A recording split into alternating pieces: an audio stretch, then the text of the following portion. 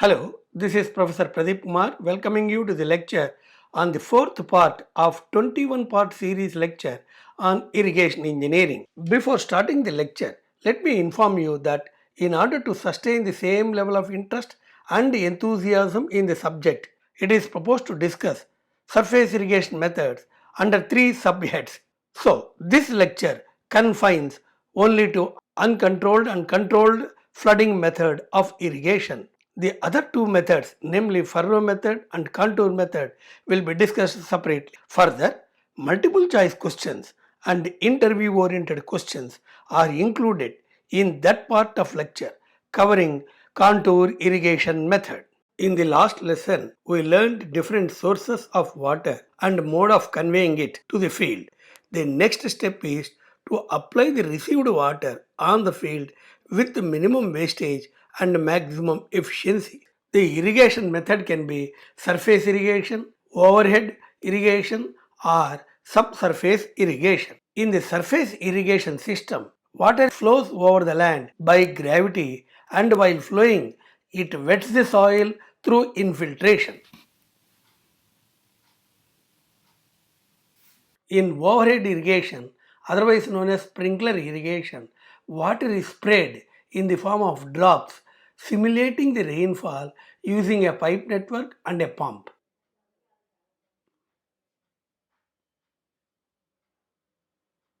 In subsurface irrigation, water is applied at or very near to the root of each plant, either at the surface or just below the surface.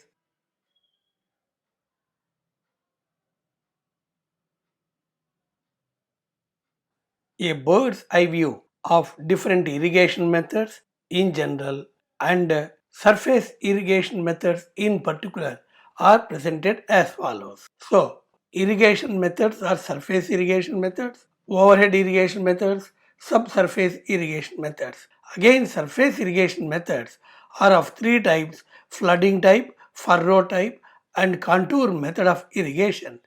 Again, flooding type is of two types: uncontrolled flooding and controlled flooding. Controlled flooding is again of four types: flooding from field channels, border strip method, checks or levees method, and basin method. As the scope of this presentation is confined to surface irrigation method, let us discuss the first part, that is surface irrigation method. We know nature of demands varies from plant to plant, so also are the soil characteristics. Out of the different methods mentioned, though some are of general use, majority of them are soil specific or plant specific or soil plant specific. Selection of a suitable method of irrigation depends upon soil characteristics such as structure, texture and infiltration. Topography, whether the soil is steeply sloping or gently sloping or flat or undulating, etc. Compatibility of the soil characteristics with the plant characteristics, the relation between soil, plant and water, whether large discharges or frequent small discharges, that is especially evapotranspiration,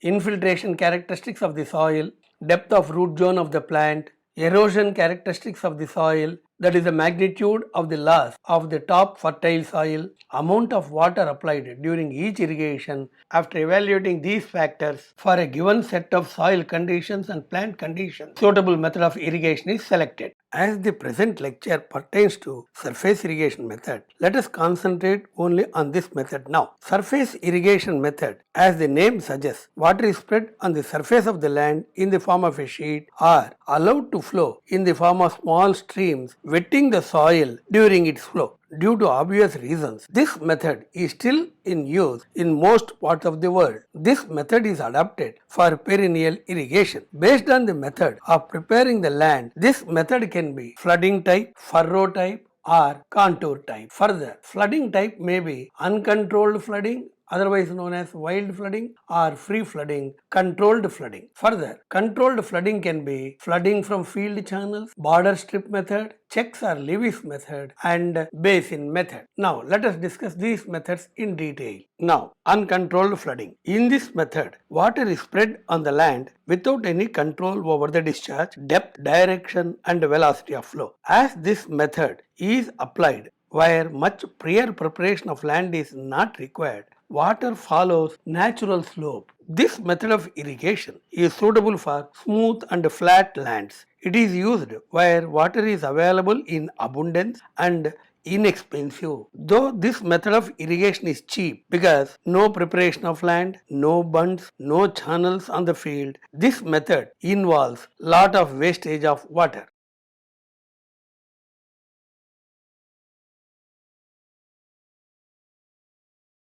Now let us discuss another flooding method of irrigation, that is controlled flooding. It is obvious from the name that in this method discharge, depth, velocity and direction of flow of water are controlled by preparing the land suitably. You might have observed while traveling, especially in trains, that the land preparation is done laying the field channels, dividing the land in the form of strips with borders around them, constructing levees in the land, or digging basins, that is ring bunds around the trees. Based on this, a controlled flooding method can be flooding from field channels, border strip method, checks or levees method, or basin method. Now let us discuss these methods in detail. Let us understand the method of irrigation using field channels through a small demo. Consider a land as shown in figure. HL and LL represent higher elevation and lower elevation of the land. Contours indicate the direction of slope of the ground, which will facilitate alignment of supply channels and field channels on the land. A supply channel which supplies water to the field channel may be aligned normal to the contours or parallel to the contours. Now, field channels, otherwise known as laterals, receive water from the supply channels. This is done by scooping out the bund of the supply channel at the junction point with the field channel, or siphons are used to feed water into the field channel. Once water is fed into the supply channel, then it is diverted depending upon the plan of the farmer pertaining to which part of the land he wants to cultivate. Once water is fed into the field channel, then through the feed point water is spread onto the land as shown in figure.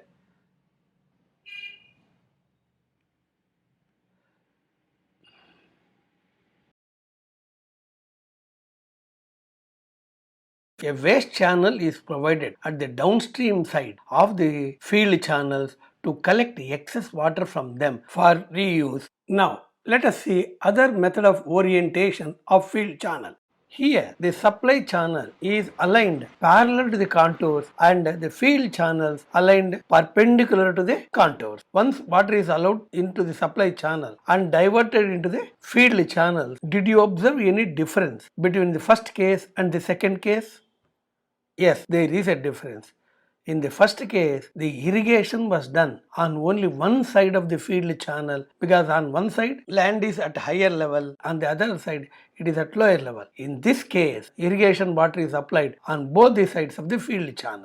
Now, let us summarize the method of irrigation using field channels. Field channels, otherwise known as laterals, divide the land into small strips or blocks and facilitate supply of water to these strips of lands through feed points, that is, opening between field channel and the piece of the land to be irrigated. Field channels receive water from supply channels which are laid at higher levels of the ground. Field channels can be laid along the contours or normal to the contours. If the field channels are laid along the contours, irrigation is possible on only one side of the channel. However, if the field channels are aligned normal to the contours, irrigation is possible on both the sides. This method of irrigation can be used on the lands with relatively steep slopes ranging between 1 in 100 and 1 in 200. Waste channels are provided at the downstream end of the field channel to collect excess water from them. This wastewater can be reused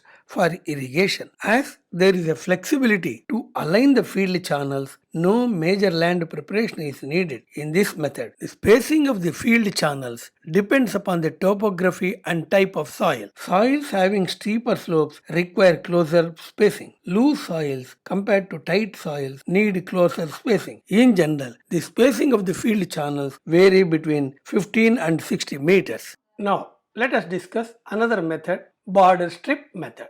This is a sub method of controlled flooding. Why? Here you control the discharge, direction and velocity of flow, slope and size of the land to be cultivated. Let us have a brief bird's eye view of this method. Imagine this is the land you want to cultivate. Say for example, this is higher level, this is lower level. Say this is plus 100, this is plus 95. Say the supply channel, which is the main source of water to feed the whole land, is aligned at higher level. Very good. It runs almost parallel to the width of the land. Now, in this method, as the name suggests, we divide the whole land using borders. What is a border? It is a small bund. Let me draw the plan of the borders. Like this. Then, say for example, we want to cultivate only this portion. We cut the supply channel, allow the water into this. If we want to apply the water into this, then we will cut here. Like this, wherever we want to water, we will be withdrawing water from the supply channel into the strip. If you have a glance at this part, you can see very clearly this is a border, this is another border, this is another border, this is another border. This appears to be a strip. The salient features are strip of the land supported by border. That's why this method is called border strip method. Let me see this section now. You take a section. It is like this. The land is like this. On one side you have a border, on the other side you have another border. This is the depth of water. Once you allow the water into the field, this is the depth of water. Here, first 6 to 12 meters will not have any longitudinal slope. It is just a level strip. Why? Once you allow the slope, water starts moving like this. These corners will not get water. So we keep the land level here. As soon as water is allowed, water moves slowly and spreads over complete width of the strip. For the remaining length of the strip, it flows in the form of a sheet. Now let us go to other technical details. So as you can see, like this. The strips do not have cross slope. What do you mean by this? Along the width of the strip, there will be no slope. The strip will be plain along the width. Otherwise, water gets accumulated near the edges as shown in figure. The supply channel can be a rectangular or a trapezoidal earthen channel or a concrete pipe or a siphon or underground pipe fitted with vertical pipe. So for example, this is the field. Then here the supply channel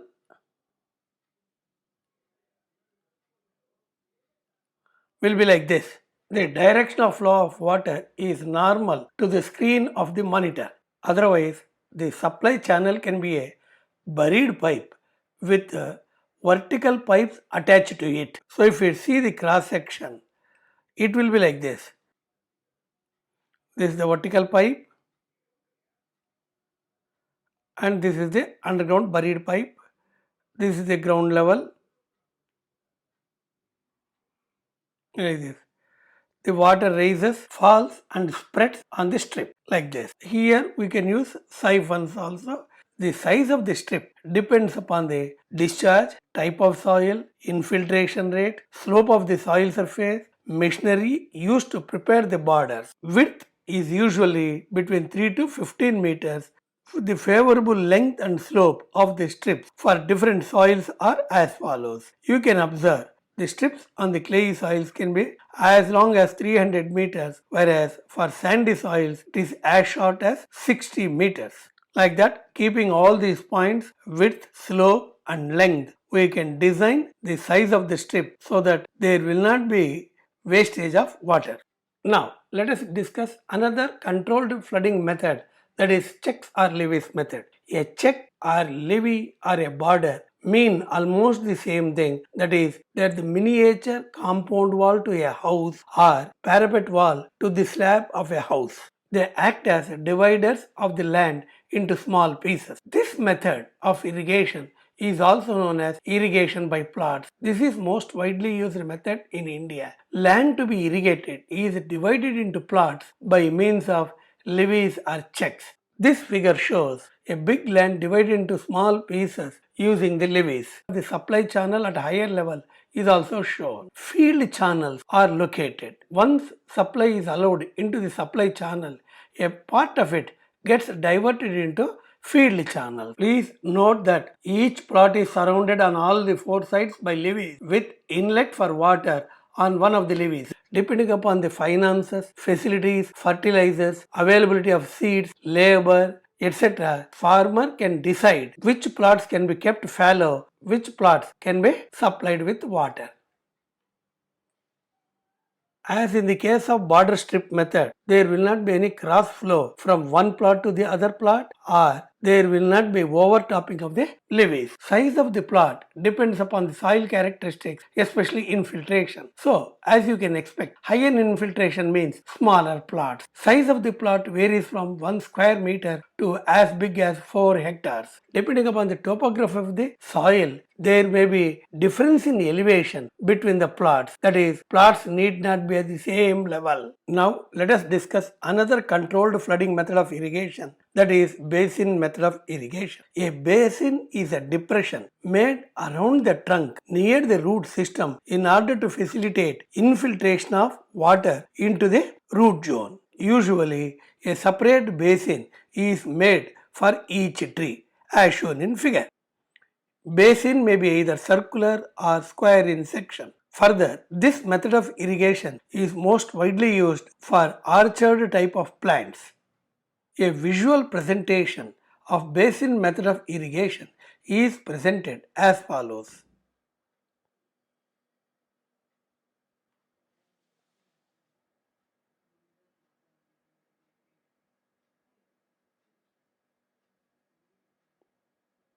Now, let us recapitulate whatever that has been discussed in this lecture. We had an illustrated discussion on various methods of irrigation, classification of irrigation methods, factors to be kept in mind while selecting a suitable method, uncontrolled flooding, controlled flooding, including flooding from field channels, border strip method, checks or levees method, and finally basin method. Before signing off, I request you to leave your comments in the comment section, like and share the video among your friends and concerned. Subscribe to my channel by clicking the bell icon, the best way of getting updated with the information on the latest videos pertaining to other topics of irrigation engineering, fluid mechanics, hydraulics and hydrology in addition to career planning.